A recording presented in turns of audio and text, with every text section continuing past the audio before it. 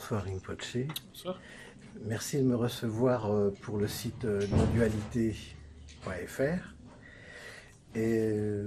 Alors c'est sûr que la non-dualité, on en entend parler beaucoup dans toutes les voies asiatiques, mais depuis que j'ai découvert le Dzogchen, je me suis dit enfin une voie qui, à la 5e minute, vous place dans la non-dualité par l'état naturel. Alors effectivement, le Dzogchen a cette caractéristique principale d'essayer de se situer au-delà directement de toute dualité. Alors, ce qu'il appelle en fait la base primordiale des phénomènes, c'est en même temps les phénomènes et en même temps leur base, c'est-à-dire leur nature propre, vide, phénoménalement vide.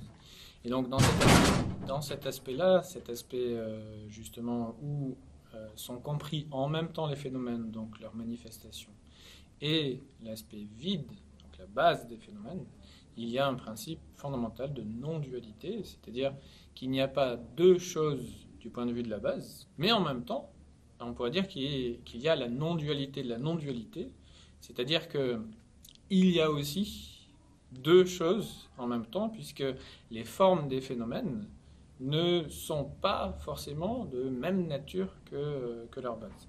Donc on va toujours parler de la base vide des phénomènes, qui est l'essence des phénomènes, leur nature lumineuse, qui est donc la luminosité des phénomènes, et leur aspect tangible, leur aspect, on peut dire, matériel, qui est l'aspect que nous percevons. Et donc ces trois-là, du point de vue de la base fondamentale, du fond de tous les phénomènes, eh bien c'est d'égale nature. Mais d'un côté, ils sont perceptibles via nos perceptions. De l'autre côté, ils sont perceptibles, par exemple, via la contemplation dans le Dzogchen, c'est-à-dire l'absorption méditative. Et, in fine, donc leur aspect complètement vide, n'est pas perceptible directement. C'est la nature fondamentale de la luminosité. Donc, en gros, les phénomènes, leur nature lumineuse et leur essence vide fait que il n'y a pas de notion de dualité dans l'aspect fondamental des phénomènes, mais il y a un aspect de dualité dans la perception que nous avons des phénomènes, puisque nous allons les percevoir comme étant nous sommes l'observateur et nous observons des phénomènes extérieurs ou nous observons des phénomènes intérieurs qui sont par exemple les pensées ou les sensations, mais c'est parce que nous rajoutons un sujet, un jeu, que ces phénomènes sont perçus comme duels. Et le Dzogchen dit qu'à la base, c'est-à-dire à l'origine, c'est pas une origine chronologique, mais c'est une origine de nature, à la base, les phénomènes sont obligatoirement non-duels.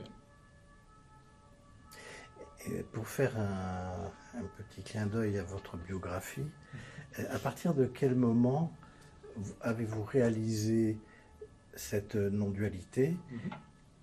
Était-ce dans un cadre... Je ne sais pas si je l'ai réalisé. Je peux en parler un peu, mais je ne sais pas si je l'ai réalisé.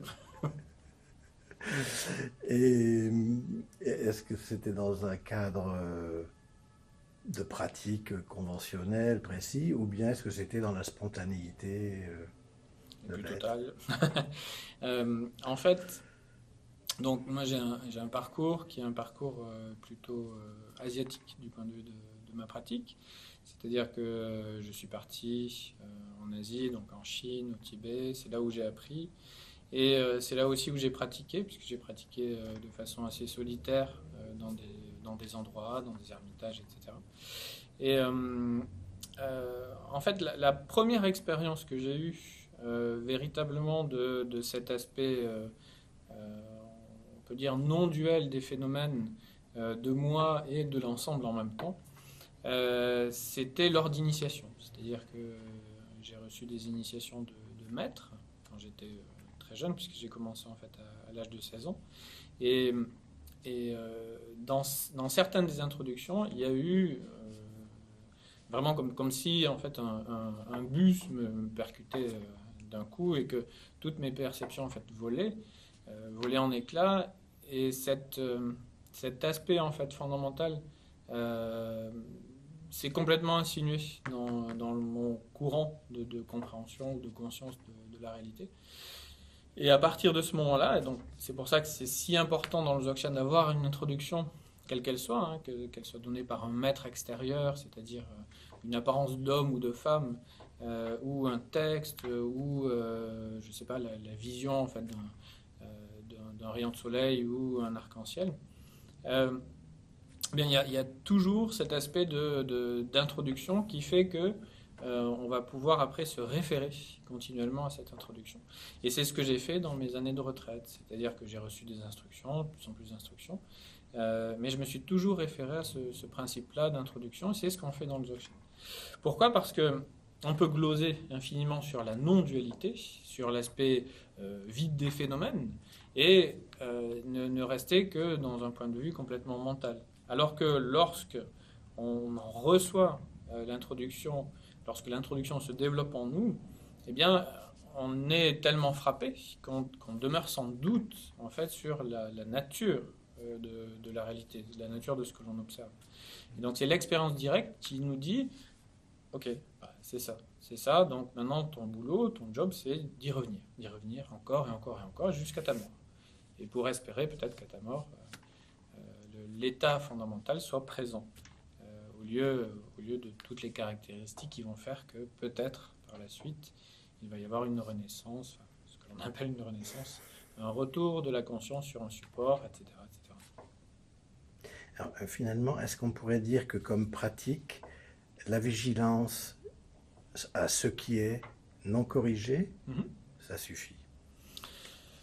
Alors, dans un aspect complètement parfait de pratique, ça pourrait suffire. Mais comme généralement nous sommes, nous, êtres humains, un petit peu plus complexes que ça ne suffit généralement pas.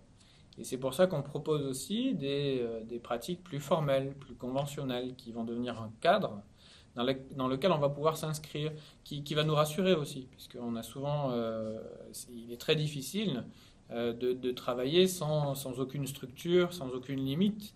Nous, généralement, et moi le premier, hein, la première des choses qu'il m'a fallu quand j'ai commencé, c'est m'inscrire dans une pratique, m'inscrire dans une tradition aussi de parole, qui me donne un cadre, qui puisse me permettre de me dire, ok, là, effectivement, j'avance. Il y a des choses qui se passent au fur et à mesure de la pratique, donc il y a des signes qui apparaissent et qui me permettent de dire, ok, là, j'avance peut-être dans telle ou telle direction. Et donc, ultimement, et dans le Dzogchen, on en parle, bien sûr, c'est ce qu'on appelle la sagesse des Vidyadhara. Souvent, on dit que un seul geste peut entraîner en fait toute la réalisation de la nature non duelle des phénomènes. Et cette introduction-là, elle est très rare.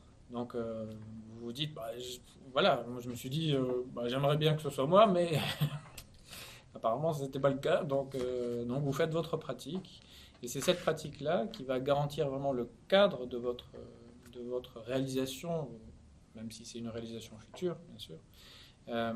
Donc, idéalement, on peut tout à fait envisager une pratique non structurée, une pratique complètement spontanée, mais dans les faits, on commence généralement par une pratique structurée, pour aller vers une pratique spontanée. D'accord, merci beaucoup. Merci à vous.